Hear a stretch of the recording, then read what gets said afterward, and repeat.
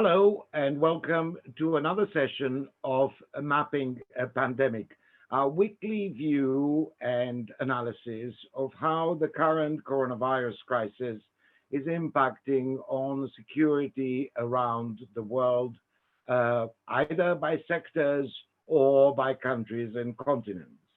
And today we're taking a deep dive into one country that is very close to us since we have an office there, namely Kenya, looking at what the impact of the pandemic is on that country, but also on a broader security environment, on the possibility of strengthening resilience to violent extremism, the kind of activities that our institute's office in Nairobi has been engaged in for years.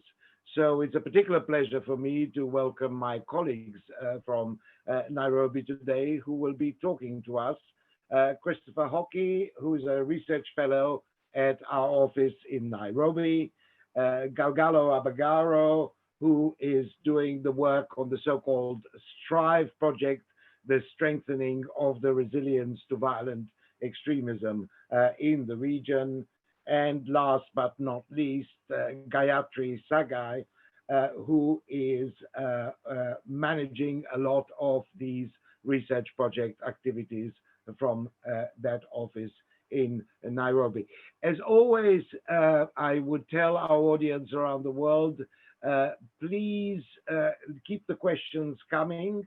Please use the Q&A function at the bottom of the Zoom app. You can start with your questions straight away when our speakers begin, or you can wait for their presentations and offer you views at the same time. Let me now turn directly to Christopher for the first of our three presentations. Over to you, Christopher. Good afternoon. I'm going to do two things to start today's webinar off. Firstly, I'll provide an overview of the current situation in the country with regards to COVID.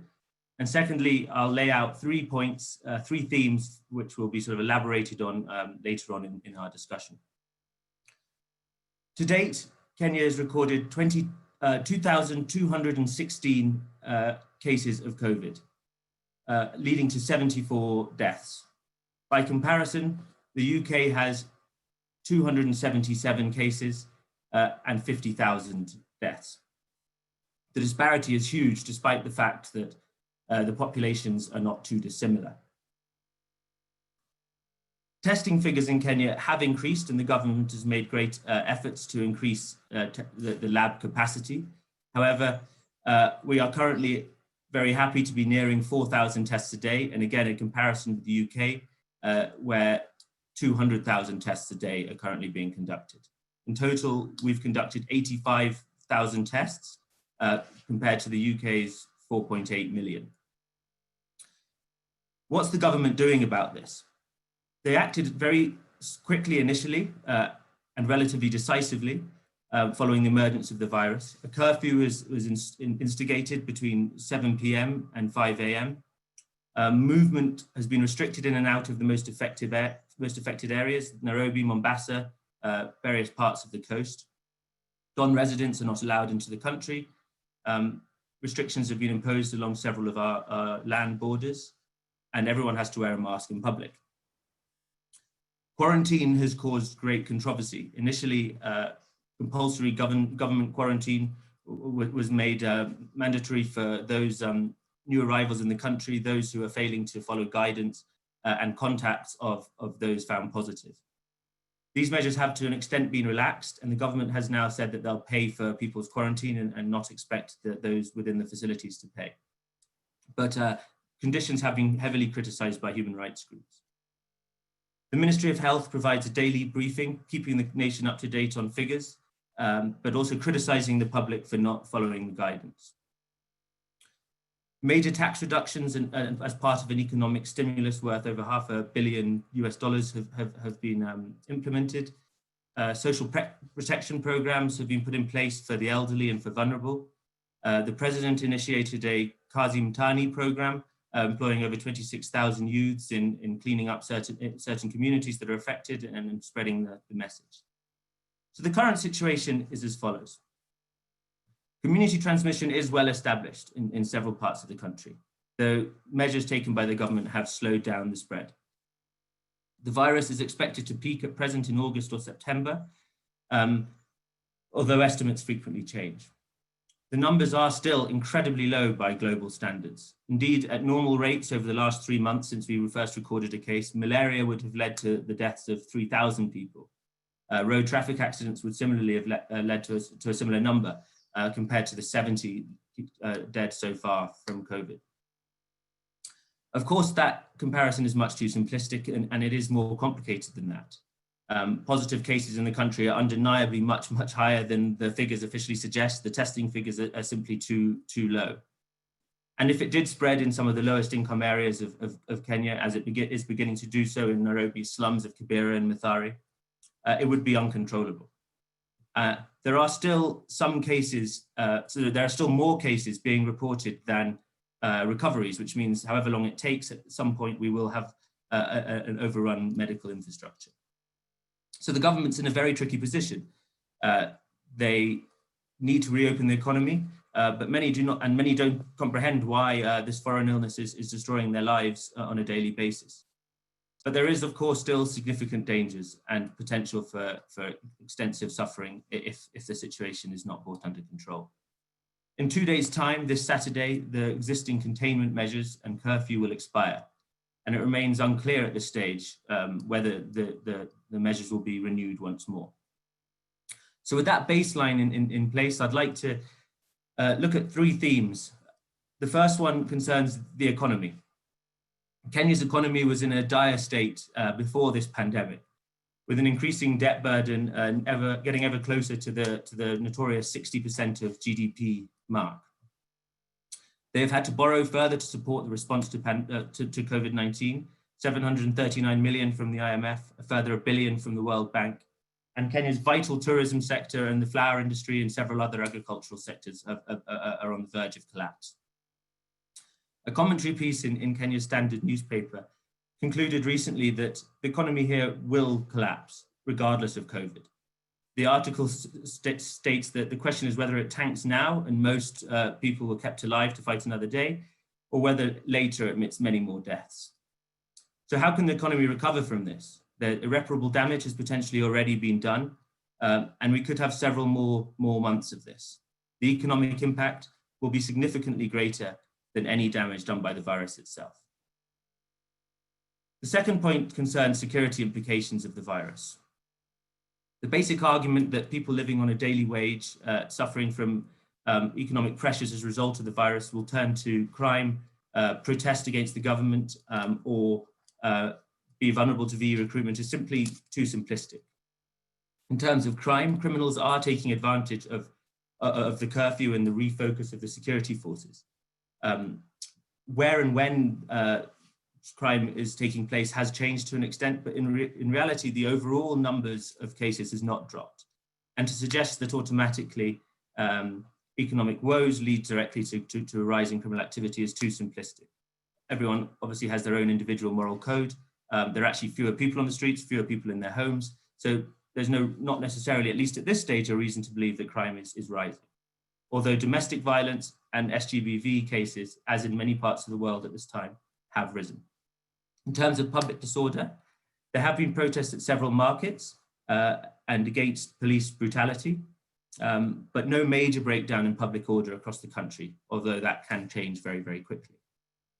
And finally, in terms of VE recruitment, the perception is again that the drivers of the traditional drivers of VE recruitment, of violent extremist recruitment, are exacerbated at this time.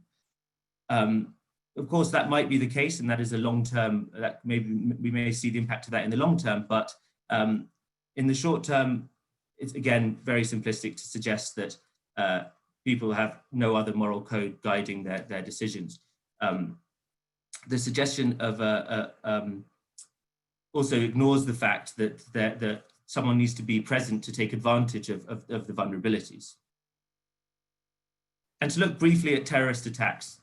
in mid-May, there was a spike of about 5 small-scale attacks across the border, along the border with Somalia, all Al-Shabaab attacks. This was not unusual for this time of year. In fact, the numbers are actually down on normal times at this time of year, especially over a Ramadan period, which we've just come through. So to conclude in that regard, the security situation has not yet deteriorated in any way as many might have expected it to, at least at this stage. And my third and final point concerns policing. This pandemic has been heavily securitized. The security forces have responded in the only way that they know how: coercion. And several sad stories have emerged. Police are using the government measures to extract bribes. Excessive force has been used on several occasions to quell protests. 6 deaths were reported at the police hands in the first week of the curfew. The number is now closer to 15. Earlier this week, a homeless man in a slum in Nairobi was killed for being outside during curfew hours. Another case which sums up the protests, the relationship between the public and the police in Kenya at times, occurred a month ago when a man was chased by police for not wearing a mask. The man subsequently fell into a dam and died and drowned. Security forces in Kenya are simply not set up to handle this public health crisis, despite several recent changes, as my colleague Galgalo will go into. Patrick Gathara, a controversial political commentator in Kenya, wrote in the Washington Post last week that the criminal justice system is being used to address a public health crisis. He argues that the government is used to demanding obedience rather than seeking consent. In Kenya, the police are often used as an extension of the government to enforce government policy rather than enforce the law. This means that the Ministry of Health during this pandemic have been caught up in the mistrust between the public and the police. At present, we are not seeing democratic policing or community policing, and the social contract between the police and the population currently remains very weak. So to summarize, the economic implications undeniably will be greater than the public health damage. The security implications at present, despite some rise in domestic violence, have not yet seen any significant changes. And the Kenyan security forces are at present not set up in a way to deal with a public health crisis. Thank you very much. Back to you, Jonathan. Thank you, Christopher. Thank you for the overview, which is at parts somber, but also encouraging in a sense that some of the weaknesses of the system were known before the pandemic, but some of the doomsday scenarios that were circulated when the pandemic started have not happened, at least not in the current format or in a very simplistic way, as you put it, which they were put before. Let me turn now to Galgalo Abagaro, who would look, I think, much more granularly at the situation. Agar. Thank you very much, Christopher and Dr. Jonathan. Good afternoon, everyone. Today I'll be speaking about how, of course, following on what Christopher has mentioned, how law enforcement has managed COVID situation, and briefly share our experiences from engaging the Kenyan security actors. I'll start by appreciating that law enforcement work cuts across almost all aspects of public service. Aside their primary roles of maintaining law and order, they play critical roles in enforcing government policies, particularly in national emergencies and crisis situations like we face today. And of course, these policies include what my good colleague Christopher mentioned. And like many other frontline workers, law enforcement officers, including other security and administration officers, are doing a fairly good job, providing security in an exposed environment like a COVID situation that we have that needs more of personal protective equipment than the weapons these officers are carrying.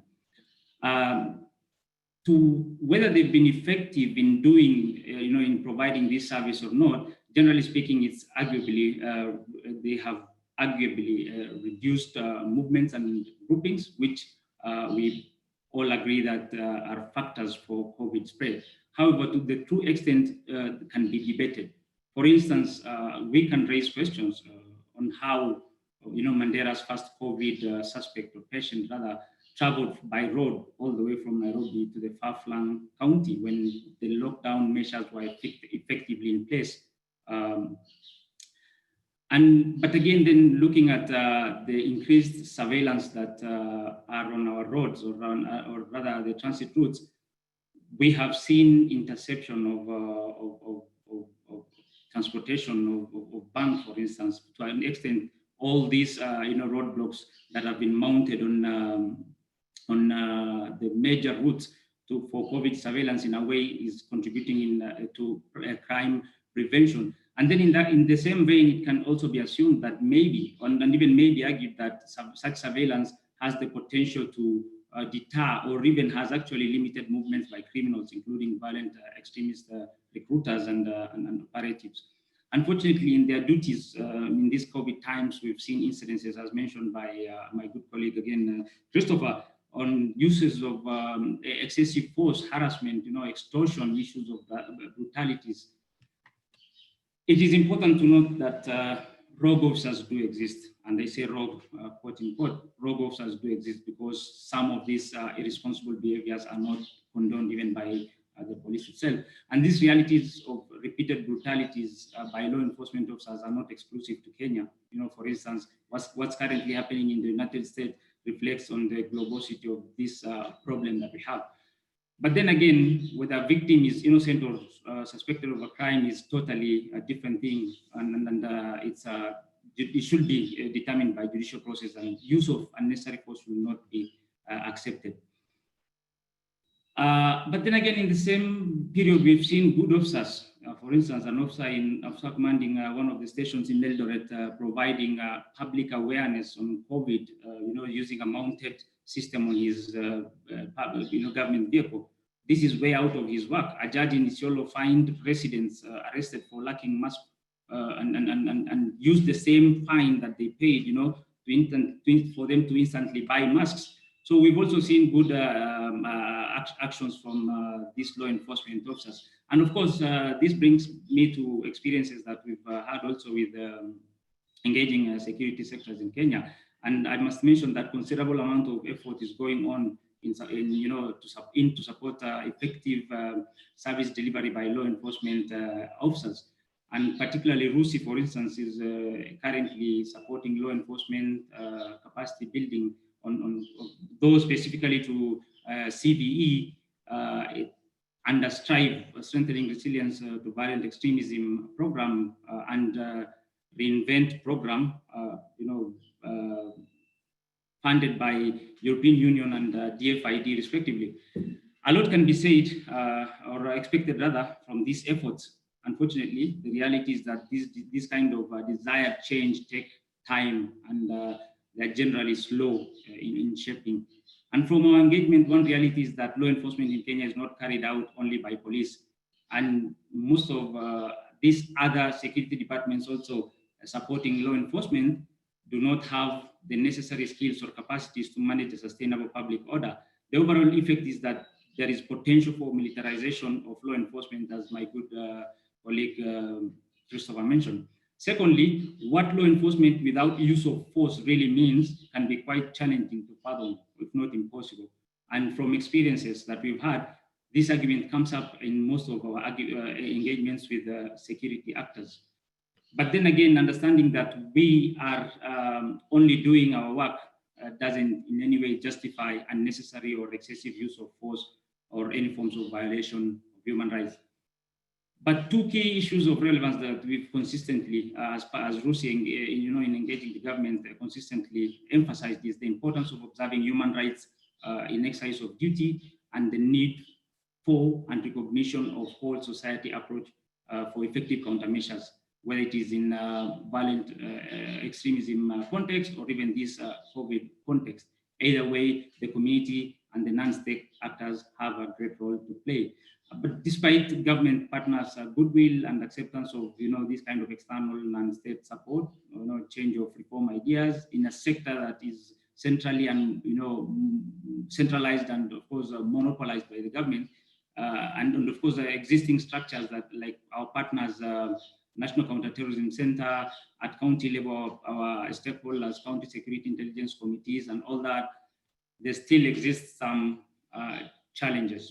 And these challenges include, securitization of the space. For instance, in CVE space, some like the recent Security Amendment Act that was passed that imposes certain limitations on civil societies in engaging in CVE work. Again, there is an issue of inadequate resourcing, particularly for prevention. For instance, implementation of county action plans at the county levels against violent extremism is heavily reliant and, of course, on and supported by externally by non-state actors. Of course, this again raises issues of sustainability, particularly during a time like this when the government focus is on managing COVID.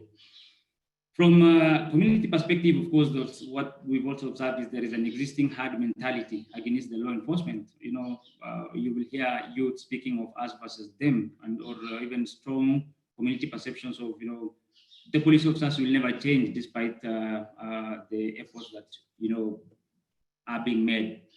To some extent, there is even cases of hostilities. In summary, majority of law enforcement officers are doing good work, but brutality in line of duty has dented their trust and confidence in them. To that end, deliberate efforts must be made by security actors in rebuilding trust and confidence in their services and creating sustainable relations with community they serve. Non-state actors should continue supporting these and other government efforts.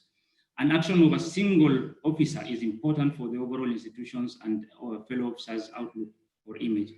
As such, reform actors and programs should target not only institutional, but also individual level behavioral reforms.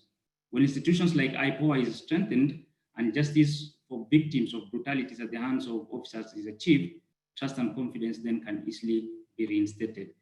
Citizen responsibility is key in solving many safety and security issues, including current COVID crisis, and as such, government should enhance strategic engagement and involvement of communities in this and other social issues. Over to you, Jonathan.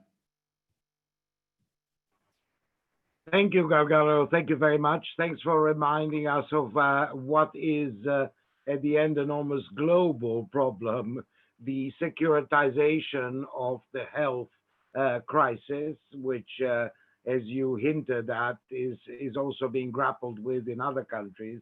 And the mistake of one enforcement officer could reverberate over almost over everything else. The us versus them, which there were some tensions in Europe as well as the enforcement of the lockdown has taken place.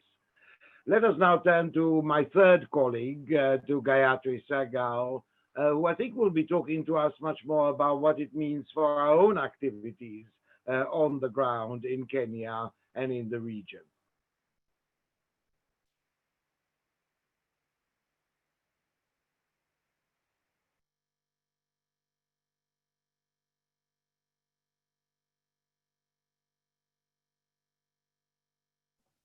Thank you, Jonathan. I'm just trying to share my screen.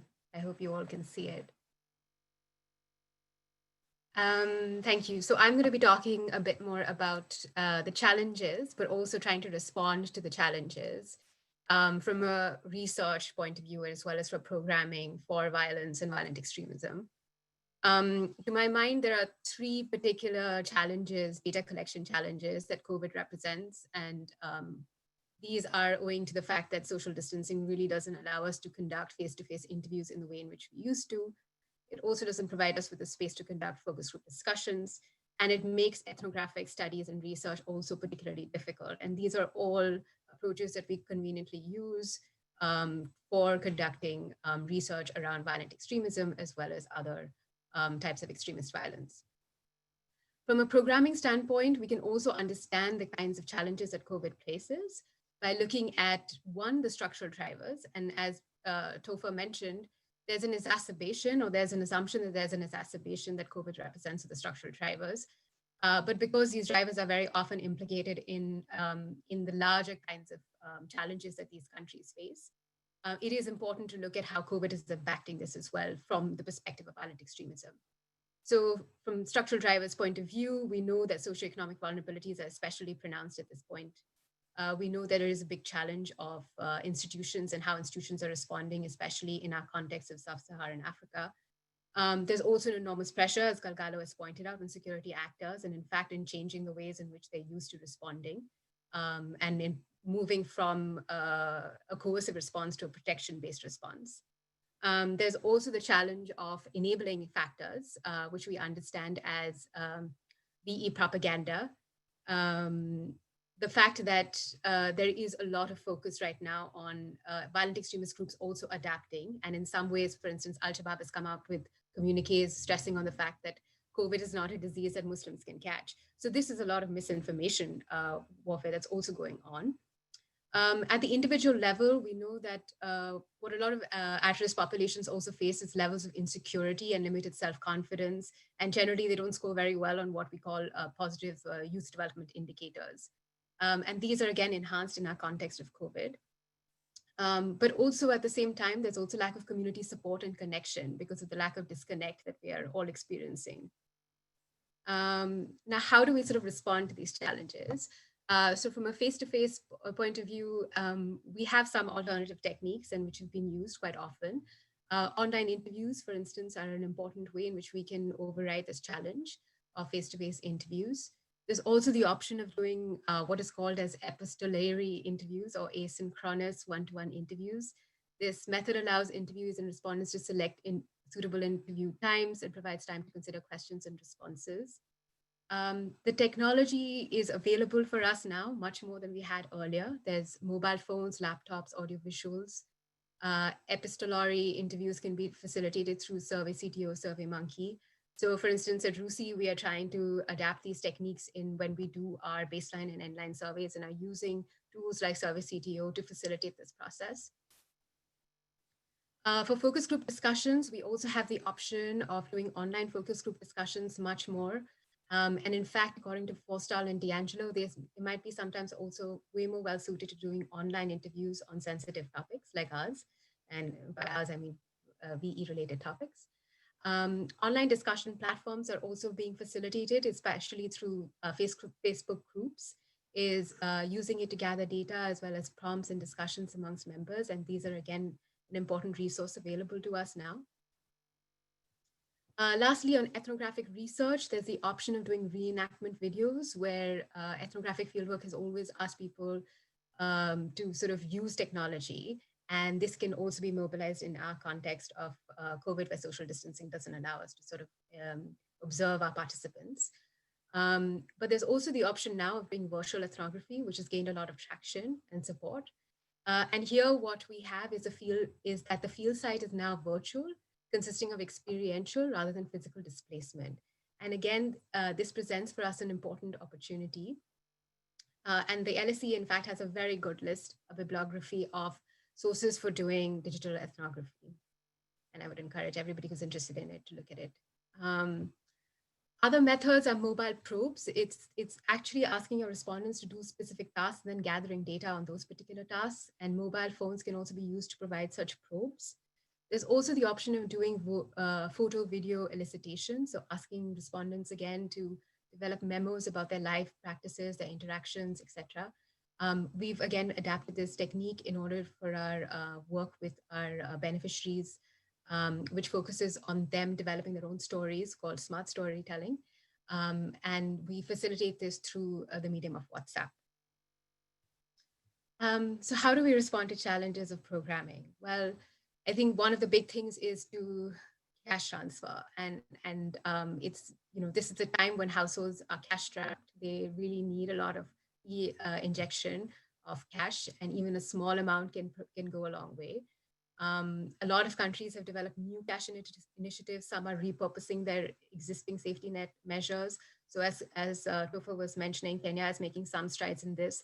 But for countries with a large population of poor, it's quite important that we go in for a universal option, or at least a much more broader targeting strategy, and instead of a much narrower strategy. And in fact, the World Bank has a great paper on this, where they're arguing this exactly. In repurposing our own programs, we've also distributed some emergency cash transfers because we had the liberty to do this within the EU framework, and we're thankful for that. Also, there's the importance of building skills, and TVET programs are especially taking a hit. And by TVET, I mean technical and vocational training programs. But there are countries that have tried to resolve these, or at least come up with some strategies. Afghanistan is trying to use a variety of platforms in order to transform its curriculum and share it more widely. There's also options for virtual and practice-based training. But all of this also rests on greater legitimacy and building trust within public institutions. And as my other colleagues have pointed out, this is a key factor, especially in responding to this crisis. And again, Stuti Khemani makes a great point about leveraging focal points that the pandemic has entrusted on us. And in fact, what she's saying is that the pandemic is back, especially in our context of sub-Saharan Africa, where legitimacy has been traditionally low. The pandemic has in fact bestowed greater legitimacy because it's only the government that's able to resolve collective action problems presented by the pandemic. And so this is a great opportunity that the governments need to take cognizance of. And there are certain ways in which they can do this. And in fact, she goes into details. Now, training of security actors, again, is an important mechanism. Online training programs and communiques need to be developed, particularly for assessing the implication for VE activity, but also, again, for changing tracks. We're requiring police officers who've been mostly using coercive methods to respond in a way in which is protectionist and trust building. And that requires a very different style of functioning, and greater training is required to facilitate this move. From an enabling standpoint, we need to be conscious of the countering propaganda trainings. This is something that we can do. And countering propaganda trainings, again, is not only about our content, but as our colleagues in our preventive communication program always remind us, it's also about critical thinking. It's also about assessing information that's coming out. So to this end, we have been planning a digital literacy campaign, as well as propaganda training, specifically addressing the concerns that are coming out for our mentors and mentees around issues such as, clicking on this particular link will send you like 1,000 shillings, or the fact that, you won't catch the disease if you're Muslim or if you do certain things. So these are all tactics that we're trying to actively address.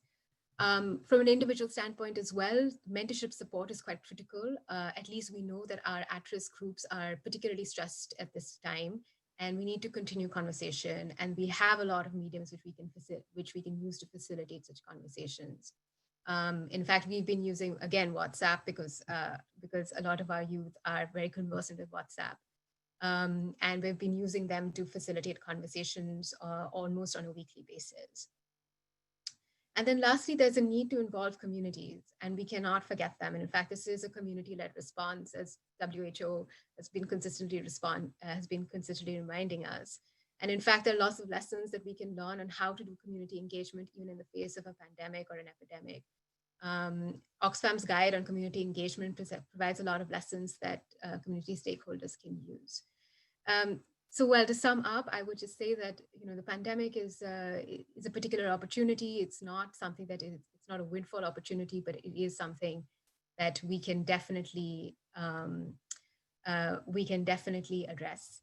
And we do have certain tools that we can use and employ. So, thank you very much, Jonathan. Back to you. Thank you.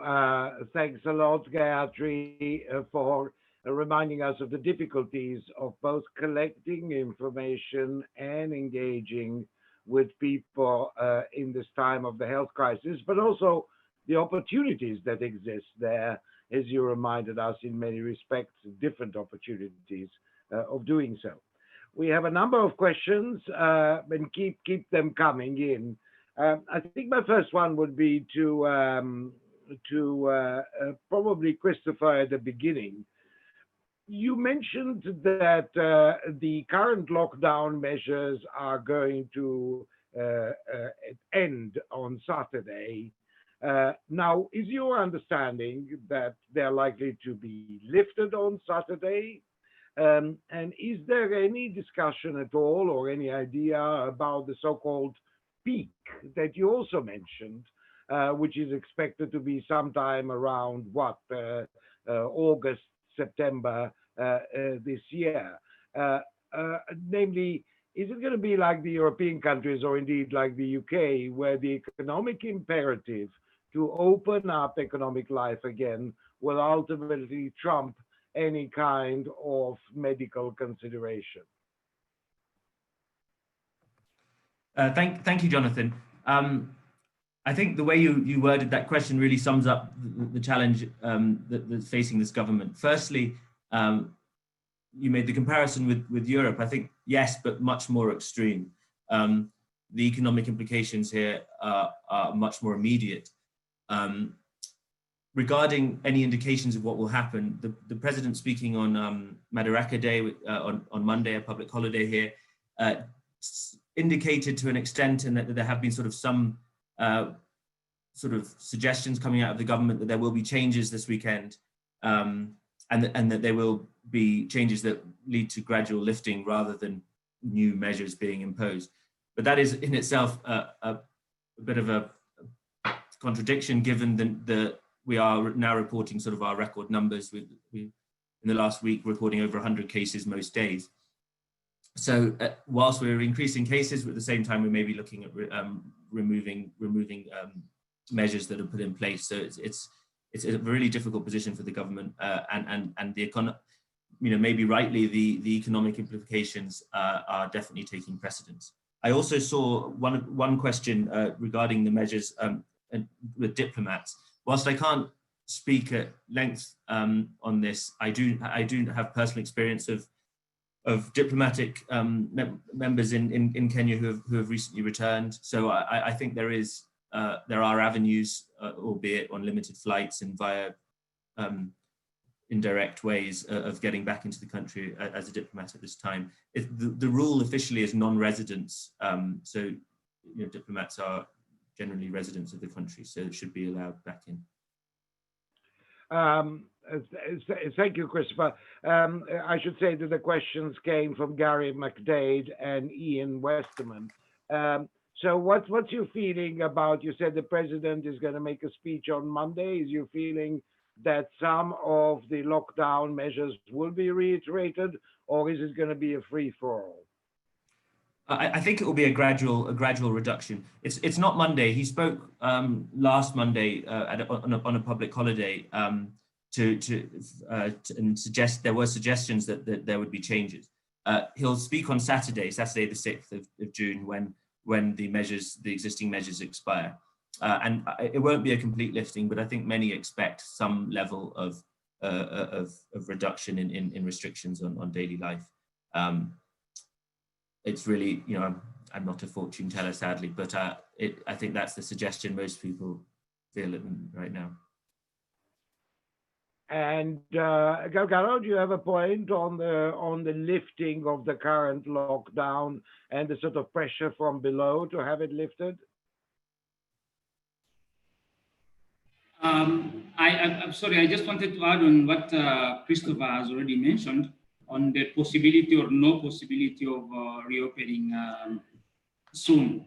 I think the current reality is both economic and, of course, the COVID situation, the disease itself, the widespread, as we see, new counties reporting increasing number of cases every day, shows that if the government is, for instance, to reopen soon, it's not because the problem has been managed or the curve has been flattened, but rather because of political and economic pressures that are coming, from below up to the presidency, if that is what's going to happen.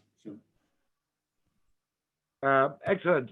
I think let us move to the subject that is probably a more of concern in our discussion, which is the question of Al-Shabaab. And I have two disparate questions, but related, one from Mark Thornhill.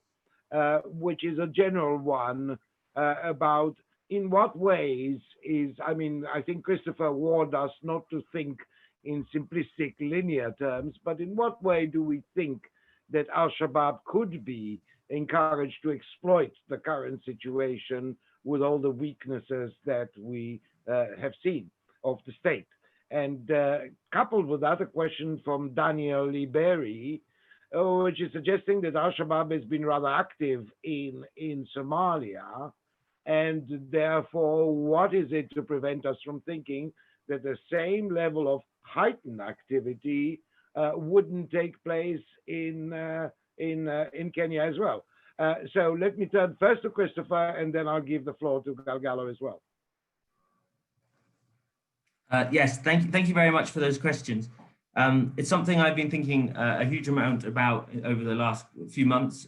There's a piece coming out, co-authored with a colleague at RUSI in London this month on this very subject, albeit written right at the beginning before we had the escalation that we've seen, especially in Somalia, in number of cases. Firstly, Al-Shabaab's response has been propaganda. There was some initial suggestions that it was the foreigners' fault. The AU, AMISOM, the African Union mission in Somalia, had brought it in along with other members of the international community, had brought the problem into Somalia. They've also obviously suggested that the virus, like many other jihadist groups across the world, is a punishment to the infidels, and it's affecting non-Muslims more than it's affecting Muslims. Since then, there has been a significant change. Firstly, it's become very clear that they're offering advice to the members of the public under their control. Al-Shabaab are also, all rumors suggest, and all sources I've seen suggest, that are now affected themselves by COVID-19. So one thing we've looked at is whether they have the health infrastructure within Al-Shabaab and how they can deal with the pandemic within Al-Shabaab ranks and in Al-Shabaab controlled areas. So I think that the easy thing is that this is not something that Al-Shabaab can quite simply take advantage of, because they're suffering, or will likely suffer as much as well.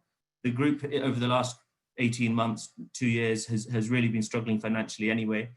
They're also not able to move around as easily as they were 2 or 3 years ago as a result of US airstrikes. And finally, in terms of recruitment, in Kenya, really there's going to be minimal change directly as a result of sort of cross-border Al-Shabaab recruitment efforts. Movement is much more difficult at the moment as a result of the measures. So the concern really is in the long term, whether the measures in place, whether the economic concerns, whether the police brutality lead to a greater pool of potential recruits. In Somalia, again, travel is very difficult at this time. And despite, I think, the question, Shabaab rates of attack in Somalia are not increasing at the moment. Most instances, we're seeing a sort of probing attack, so small attacks, reminders of presence, indirect fire attacks, not your large-scale attacks on camps, because that's not possible at the moment. So I think that, yeah, to sum up, Al-Shabaab aren't in a position necessarily to take advantage of this crisis, and I think that's critical to realize at this time. Excellent. And let me turn to Galgalo. Yeah, thank you very much. I think Christopher has really mentioned what I wanted to say, less for the fact that just to give a different perspective, also borrowing from the talk that we made some few minutes ago, that again, the enhanced, despite overstretching of the law enforcement officers by the response to COVID, again, the increased surveillance in a way has acted on criminals or crime for that matter. There is the second thing that we also need to take note of. There is quite an interesting role that the communities role that they are playing during this time, on particularly on community surveillance for COVID purposes, though not for violent extremism purposes. But it almost have the same purposes for this matter, in the sense that any visitor or any newcomer or homecomers, whenever they get to these villages or to their homes, through the community surveillance, they are flagged and they are, handed over to, or rather reported to public health officials supported by law enforcement officers. So by extension, this itself in a way deters, such movements and interest to gain inroads into our homes and villages to recruit. Over to you. Thank you. I think a direct question to Gayatri, if I can, from Beatrice Kizin-Zovu, who is asking, all these inclusion sort of approaches, virtual approaches that you have outlined, at the end of the day are not terribly inclusive because they all seem to depend on the availability of certain technology gadgets. So is the technology uptake so extensive now in Kenya that we can say that there isn't any inherent bias in what we do? Or do we have to accept that these sort of virtual approaches mean a certain level of inherent bias, namely that they will only touch those who have electronic devices? Yes, thank you, Jonathan. And yeah, great question. And I think that is true. So we work a lot with urban populations, and I think those tend to be, especially in Kenya, tend to be more mobile friendly. And in our assessments, at least the groups that we work with, the prevalence of social media is very high.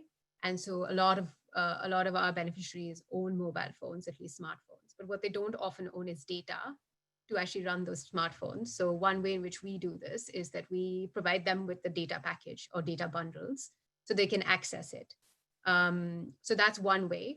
There's also a lot of organizations that are working to provide, like BRICS is working to provide available low data cost solutions. So that's also one way in which you can work with organizations that are already existing in the field, and BRICS works in Kenya.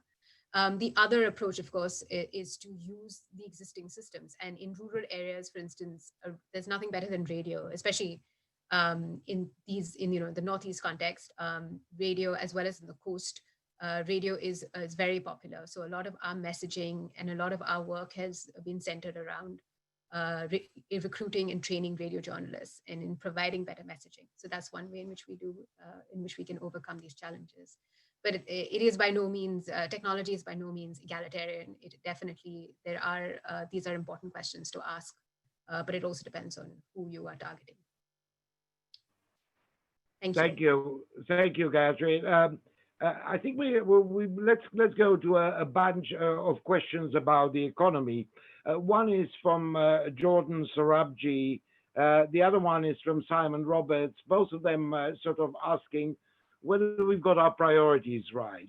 Since all of you seem to be suggesting that the economic situation is bleak, wouldn't we be better off trying to concentrate on pushing for economic development rather than putting our effort on the security sector? Now, of course, the two are not mutually exclusive, but in terms of where do we think the priorities are, have we got our priorities right? We, as a lot of the donor countries that are contributing to efforts. Christopher, you'd like to start on that?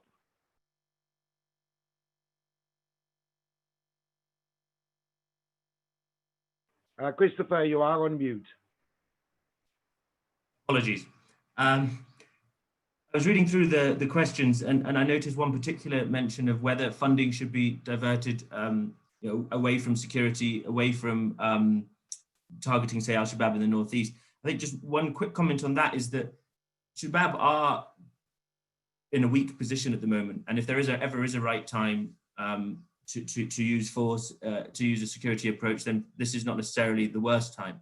So that's the first note on that very sort of particular issue. Regarding the economy more broadly, the challenges here are intimately linked to sort of political disputes in Kenya at this time, but also linked to the potential for a collapse of so many industries at the same time. So tourism, as I said, of agriculture, of the flower industry. There is a significant problem with locusts. We've had a lot of flooding at the moment, so there is also a major food security issue. So I do think that in terms of funding, that the economy is an area which is in bad need, but there's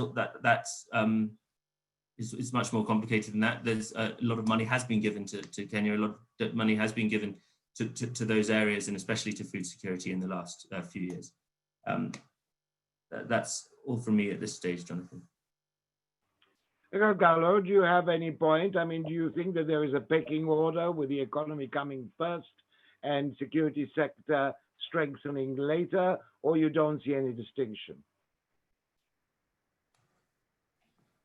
Yeah, thank you very much. I think the current approach, the multifaceted approach of, trying to support all sectors is quite in order, as opposed to going for one sector at the expense of another. And this is simply because radicalization pathways, and Gayatri may help on this from high experiences with so many research.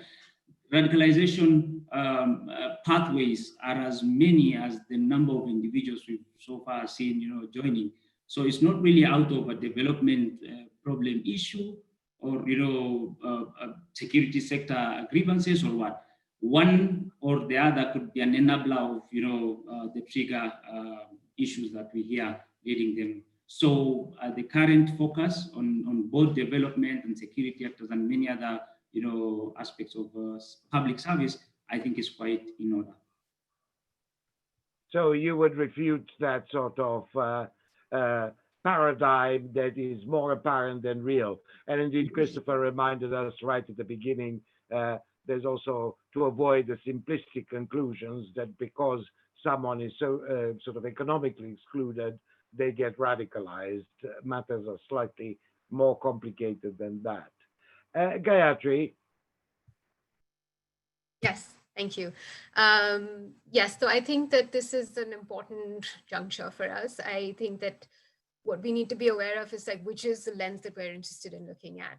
And I think that right now for donors, especially, it's really a whole society lens that we need to be looking at. So it cannot be, we can't just be looking at these issues from a VE perspective or, a fishery perspective or whatever the particular perspective is. It is definitely looking at the country as a whole. So I think with that in mind, we need to be quite conscious of the fact that the economy is going to be suffering a lot. And as Christopher has pointed out, the economy already was suffering and hemorrhaging in Kenya, and there's an important need to respond to that. At the same time, I would say that if security actors are being mobilized to be frontline service providers, then there is a need to accommodate for that. So we need to ensure that security actors and public health professionals are being paid. So, those are the kinds of things that I would say. Is it a time for training programs for security officials? No, unless the trainings is like COVID related or is related towards building more trust and community support. But as I said, that it is an important need to, to extend our programming to both build respond to the immediate needs, economic needs, such as cash transfers, and universalize them to the extent that it is feasible, and depending on the poverty rates. But as well as it's also important to develop long-term solutions so that for an economy like Kenya, which is highly dependent on tourism and on like horticulture and agriculture, there's maybe a time to shift as well.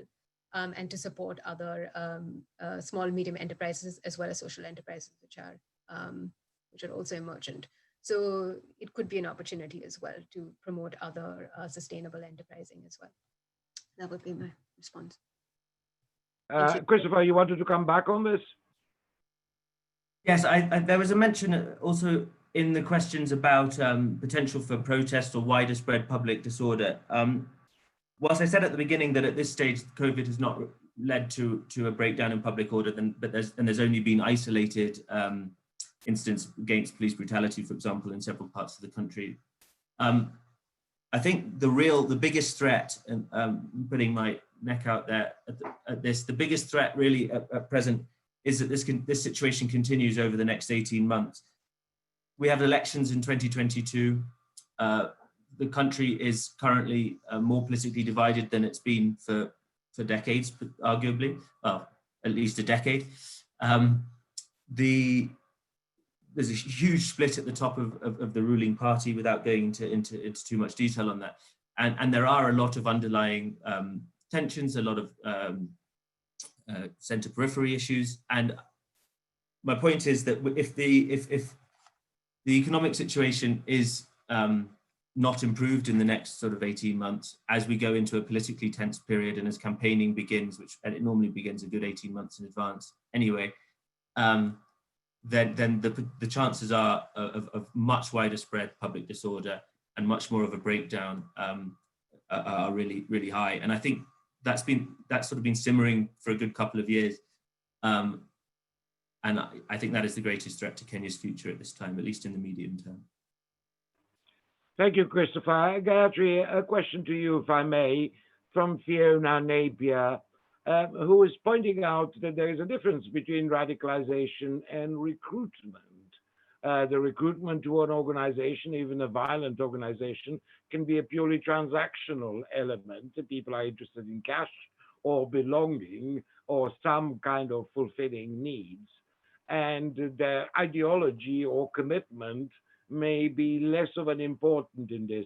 Do you think that's an important one, and therefore does it change the assessment of where we are in Kenya at the moment? Yes, thank you. Yes, so I think that that's always something to be aware of, is that difference. And so I think when we talk about our enabling factors, we're really addressing the recruitment aspects. And when we're talking about radicalization, we're sort of more along the spectrum of individual-based as well as structural factors. But of course, there's a huge mix, which is why we use the terms quite interchangeably in that context. But essentially, yes, so we see that, recruitment is adaptive. And as Topher was pointing out, is that we will be seeing Shabab trying to offer alternatives and trying also to use the existing mechanisms that we're using. So they will be using more WhatsApp, they will be using more Facebook. So it's not just us who uses these technologies, it's them as well. So we could see a spike in that, but it's maybe too early to tell at this point. What we do know is that they've definitely come out with propaganda, particularly responding to COVID, so as I was mentioning. But on a radicalization approach, there is, of course, problems about ideology. And this ideology is not just religious, but it's also, as we've been seeing, about trust and faith in public institutions, and that being frayed in these very stressful times. So I would see that this is why I think that it's a particular challenge for us at this point for both these aspects of recruitment and radicalization. Thank you. Thank you. So we take that distinction quite seriously, but I think that we factored it in. So our analysis is based on the possibility of the distinction being present. I think the last question, we only have 2 minutes left. The last question would be on the subject that preoccupies many other countries, which is China. Has the Chinese influence in Kenyan affairs increased as a result of this crisis? Is there a suspicion that somehow the Chinese are doing well, or there is a feeling that the Chinese may be improving their position? Christopher, would you like to take that? Thank you, Jonathan. If anything, the pandemic and its presence in Kenya has exacerbated tensions between Kenya and China. In the very early stages of the pandemic, many Kenyans were stranded in China that way around, which is not the way around most people normally think of China-Africa relations. But there was reports of a huge amount of discrimination against Kenyans in China, suggestions that many were forced out onto the streets, and heavy criticism of the Kenyan ambassador to China of her handling of the situation. And it caused a bit of a diplomatic stir. So if anything, that incident highlights that there are tensions in Kenya at the moment over Chinese presence. People are increasingly aware of the amount of debt Kenya now has to China. And whereas a few years ago, I would say that the overwhelming feeling on the street was a sense of the Chinese are willing to provide finances where other countries aren't willing to do so without conditions. Now that is less the case, and I think there is much more suspicion. So if anything, I think the pandemic has increased rather than increased their influence in the country. Interesting and rather counterintuitively, because the assumption in many developing countries has been that the Chinese influence would have increased as a result of the current health crisis. The last question on China came from Willie Hockin, and we're grateful to him. Sorry that we couldn't fit any more questioners in this particular session. It is always a very complicated question, a very complicated topic, and I hope we have given it a good bit of attention during the past hour. Apologies again to those whose questions we could not call on this occasion. Grateful to my colleagues in Nairobi who are at the coalface, as it were, and are doing the work on a day-to-day basis. I hope we persuaded you that this work is both worthwhile and relevant to the current situation. So in inverse order, thank you to Gayatri Sagal, thank you to Galgalo Abagaro, and thank you to Christopher Hockey for this presentation. I invite the audience to join us in London next week at the same time for another session of Mapping a Pandemic, this time looking at tracing apps, their implications for the law and for the privacy in the United Kingdom. Meanwhile, it's goodbye from London.